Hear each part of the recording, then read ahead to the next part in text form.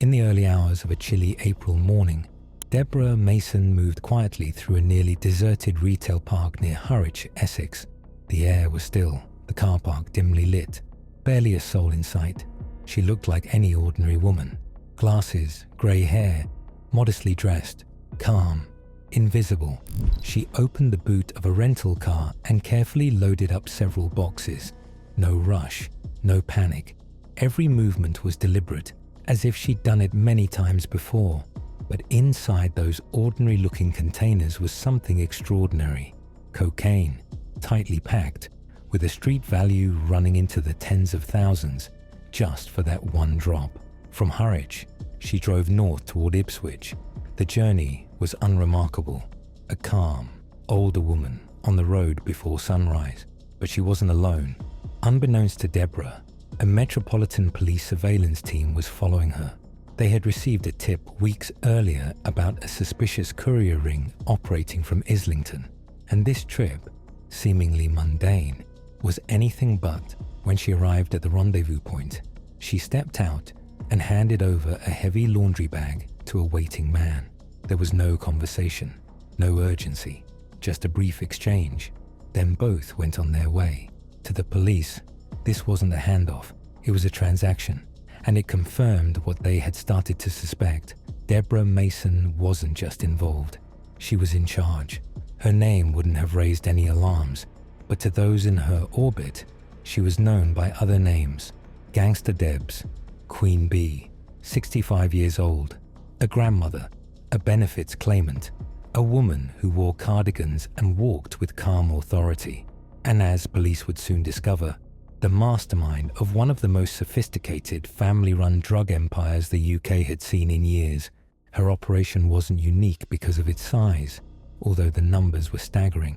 It was unique because of who she involved. She didn't build her network from street dealers or gang recruits. She built it from family, her 4 adult children, her sister, their romantic partners, even longtime friends. Each one played a role. Each one was trusted. This wasn't a criminal syndicate.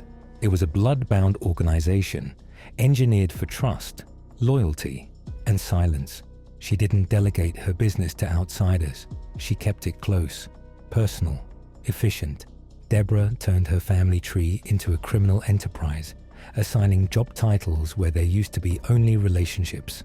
Some drove, others collected, others coordinated payments or stayed behind to monitor operations. She ran it like a general. No loose ends, no outsiders, just a full-blooded cartel hidden behind birthdays, shared dinners, and family holidays. Over a 7-month investigation, police monitored this inner circle as they moved staggering amounts of cocaine across the UK, an estimated nearly 1 ton of Class A drugs. The gang operated primarily through the ports of Harwich, Dover, and Folkestone, bringing in wholesale shipments of high-purity cocaine. The drugs arrived neatly packed in bricks, vacuum-sealed, sometimes hidden in bags for life or suitcases.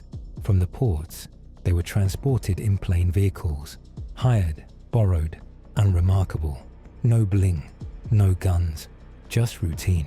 Every link in the chain was carefully planned, from courier to collector, from collector to stash house, from stash house to street dealers, from London to Cardiff, Leicester, Sheffield, Walsall, Bradford, Southend, Rotherham, Manchester, and Bristol. Deborah's influence stretched far beyond her quiet life in Islington. Some deliveries were made under the cover of night, others during school runs. In one case, one of Deborah's daughters completed a 60-kilogram delivery, while her own toddler sat strapped in the back seat. Another trip saw a courier arrested in Leicester with 10 kilograms of cocaine in the car boot. The gang's members referred to cash pickups as wages. Code names were used frequently. Routes were switched often. Some couriers wore disguises. Others used children as camouflage. This wasn't some clumsy street-level scheme. It was logistics. A well-oiled machine designed to look completely ordinary from the outside. And Deborah Mason, she was the quiet brain behind the system. She didn't just profit, she thrived. She stayed in constant contact through encrypted messaging platforms like Signal, where she and her team used aliases and auto-deleting messages. Every morning, she would text her couriers to wake them up and remind them of their assignments. She'd check in midday, follow up post-drop. She didn't drive, but she was everywhere. At the center of her supply line was a man known only as Bugsy. His identity remains a mystery, but police believe he was her main supplier and strategic partner. Deborah and Bugsy even traveled together to Dubai and Bahrain under the guise of holidaying, likely to discuss routes, cut percentages, and expansion. And her family? They weren't bystanders. Her daughters made frequent runs up and down the country. Her son Reggie was one of the most trusted drivers. Her sister, Tina Golding, assisted with laundering and helped manage the family's funds. Even the romantic partners of her children were roped in, 2 of them now serving prison sentences. Everyone had a job. Everyone answered to her. All of it coordinated from the living room of her modest home in North London. But it didn't stop there. She lived well. Designer towels, perfume collections, holidays, plans for cosmetic surgery in Turkey, luxury hotel bookings, a £192 Bugatti kettle, a £390 Gucci collar for her Bengal cat, complete with a gold-engraved name tag. She didn't just run an empire, she enjoyed it. And the more it grew, the more invisible she became. At Woolwich Crown Court, the scale of Deborah Mason's operation was laid bare. She wasn't a passive player. She wasn't someone caught up in something bigger than herself. Deborah Mason was the architect of the entire enterprise. She didn't touch the drugs, but she gave the orders, tracked the runs, and controlled the flow. She was the one who made the calls. She made sure the drivers were awake before sunrise. She followed up mid-route. She took her cut. She directed every detail from her phone. Judge Philip Shorrock called her exactly what she was, a leader. As a mother, you should have been setting an example to your children, not corrupting them, he told her during sentencing. Her punishment reflected that. 20 years in prison for conspiracy to supply Class A drugs. But Deborah didn't act alone. Her own children were core members of the network, each of them deeply involved, each of them trusted, and now each of them sentenced. Lily Bright, her daughter, carried out at least 20 drug runs. Total, 195 kilograms of cocaine. Roseanne Mason made 7 known trips, moving 166 kilograms. Reggie Bright, her son, delivered around 90 kilograms over a dozen journeys. Demi Bright, another daughter, once delivered 60 kilograms while traveling with her 2 young children. This wasn't occasional help. It was organized trafficking. These weren't isolated actions. They were part of a machine. And Deborah wasn't just pulling the strings. She hired her own family to keep the operation airtight. Her sister, Tina Golding, helped launder the money. She joined Deborah on holidays across Europe and the Middle East. 2 partners, Demi Kendall and Anita Slaughter, also joined the network, playing supporting roles in communication, transport, and coordination. The court handed out over 106 years in prison sentences to the group, but behind the numbers was something far more shocking. This was not a criminal gang born out of poverty or desperation. This was a criminal operation born out of greed, comfort, and arrogance. While moving nearly a ton of cocaine across the UK, Deborah Mason was still claiming £50,000 in state benefits. At the same time, she flaunted wealth in subtle ways. Her cat, Ghost, wore a £390 Gucci collar and a 9-carat gold name tag. She owned a £192 Bugatti kettle. Her bathroom was lined with designer towels. Her wardrobe was filled with labels. Her travel itinerary included Dubai, Bahrain, Malta, Poland, Cornwall, and Prague. She booked appointments in Turkey for cosmetic surgery. She was making millions and still lived like someone who needed state support, all while risking the freedom of her entire family. The gang's communications were meticulous. They used the encrypted messaging app Signal. They employed code names. They talked in terms like wages, drops, and collections.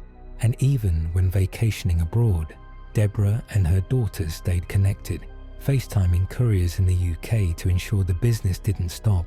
The Metropolitan Police described it as one of the most well-organized family-led drug networks they had ever seen. And in the end, what brought it down wasn't a mistake. It was patient, careful police work. 7 months of surveillance, cross-referenced travel records, encrypted messages retrieved, car rental logs, hotel bookings, ports watched, routes followed, arrests coordinated. In May 2024, police made their move. Deborah was arrested at her home in Tufnell Park, North London. She offered no resistance. She said nothing. But by then, everything had already unraveled. Deborah Mason didn't fit the criminal profile. She wasn't aggressive. She wasn't young.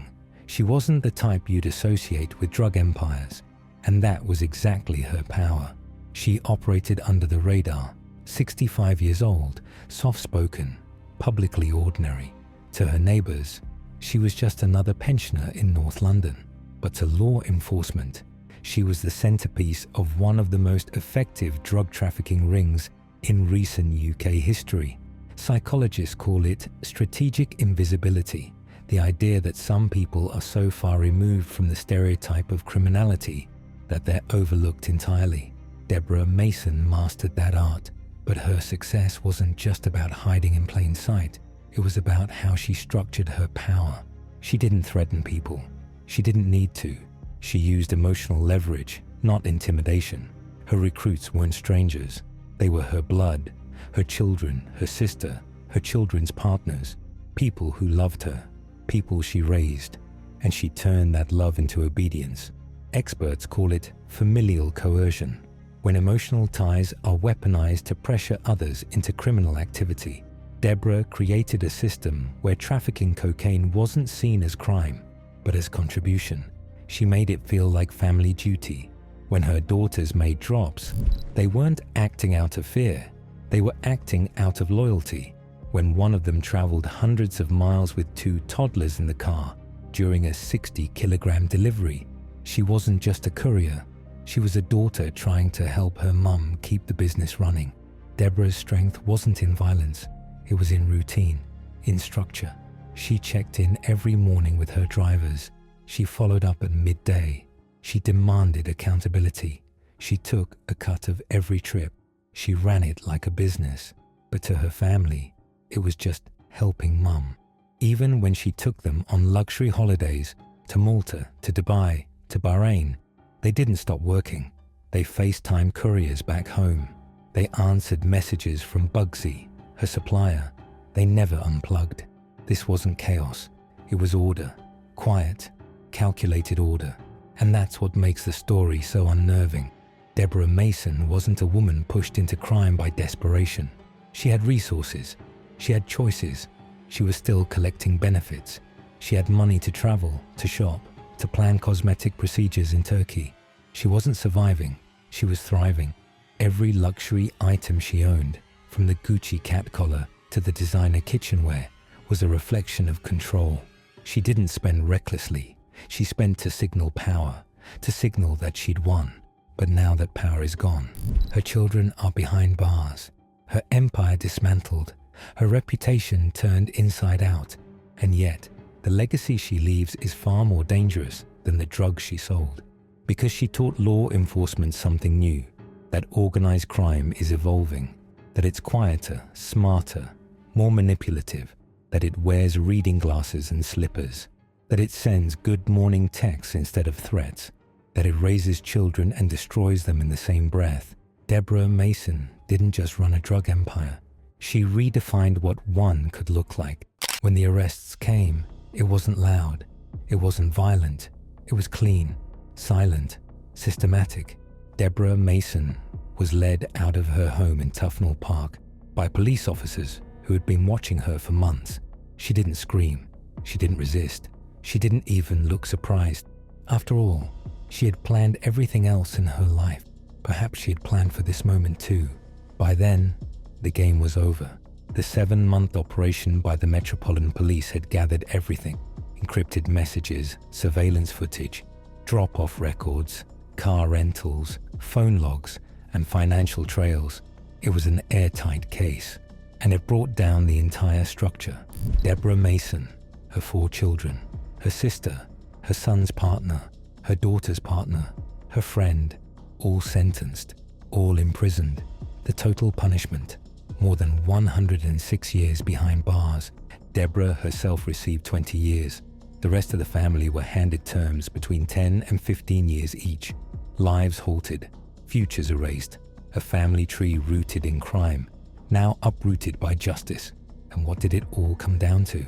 A criminal operation valued at £80 million, almost a ton of high-grade cocaine trafficked across the UK, wealth hidden behind bags for life and hire cars, meetings masked as family errands, signal messages disguised with emojis and nicknames. But behind the numbers is a more haunting truth. Deborah Mason didn't just destroy her own life, she pulled down everyone around her. She corrupted the very people she was supposed to protect. She manipulated the bonds of motherhood and sisterhood into tools of obedience. She didn't lead with violence. She led with expectation, with guilt, with routine. And that's what made her more dangerous than the average gang leader. She didn't need weapons. She had emotional leverage. She didn't need muscle. She had loyalty. But when that loyalty fractured, it was the state that stepped in. The press called her Gangsta Granny. Social media laughed at the nickname. But behind the irony was a much darker truth. She wasn't funny. She was calculated, and she left a trail of real damage behind her. This case reshaped how British authorities understand modern organized crime. It proved that drug empires no longer rely on street violence or flashy bravado. Sometimes they wear cardigans. Sometimes they claim child benefits. Sometimes they build empires out of trust and destroy families in the process. Deborah Mason's empire is gone. The money has stopped flowing. The designer items are boxed up as evidence. Her cat's Gucci collar is now a courtroom footnote. But the story she leaves behind remains a warning that organized crime can hide behind the familiar, that manipulation can live inside a family, that sometimes the most dangerous figure in the room isn't the one with a weapon, it's the one you trust the most. Now, as she begins her decades-long sentence, the woman once known as Gangsta Debs isn't running anything anymore. No more morning check-ins, no more FaceTime from abroad, no more Queen Bee, only silence, only bars, only time. And for the rest of us, a question worth remembering: how many other families are being run like this? And who's sitting at the top, smiling, unnoticed,